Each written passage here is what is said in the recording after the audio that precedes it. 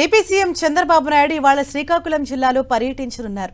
చేపల వేట నిషేధం సమయంలో జాలర్లకు అందించే సాయాన్ని అందించనున్నారు. మత్స్యకారులకు ఏపీ ప్రభుత్వం గుడ్ న్యూస్ చెప్పింది. మత్స్యకార సేవలో పథకం కింద మత్స్యకారులకు ఇచ్చే సాయాన్ని పెంచనుంది ప్రభుత్వం. ఒక్కో జాలర్ కుటుంబానికి 20,000 చొప్పున ఆర్థిక సాయం అందించనుంది.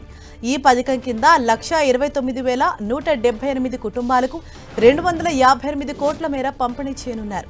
ఈ కార్యక్రమాన్ని సీఎం చంద్రబాబు ఇవాళ ప్రారంభించనున్నారు.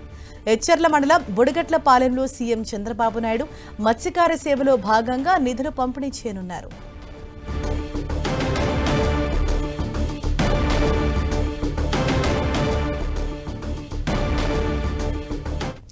ఇప్పటికే చంద్రబాబు పర్యటనకు సంబంధించి భారీ ఏర్పాట్లు అనేవి కొనసాగుతున్నాయి. మత్స్యకార సేవా పథకం కింద జాలర్లకు సాయం అందించనున్నారు. మరిన్ని డీటెయిల్స్ ను మా ప్రతినిధి బాలు అందిస్తారు. బాలు, ఎలక్షన్ టైంలో అయితే ఎన్నికల భాగంగా మత్స్యకారులకు ఇచ్చినటువంటి హామీని నెరవేర్చబోతుంది. ఈ రోజు సీఎం చంద్రబాబు ప్రాంతంలో మత్స్యకారుల వృత్తిని అయితే ఈ రోజు ఏమన్నారు. మత్స్యకారుల సేవల 1,69,150 కుటుంబాలకు 20,000 రూపాయలు చొప్పున అయితే మత్స్యకార వృత్తిని అయితే అందజేయనున్నారు. దీనికి సంబంధించి అయితే అన్ని ఏర్పాట్లు చేశారు. పూర్తిగా సముద్ర తీర ప్రాంతంలోనే కార్యక్రమం జరిగింది. సుమారు చంద్రబాబు అయితే 50 నిమిషాలకు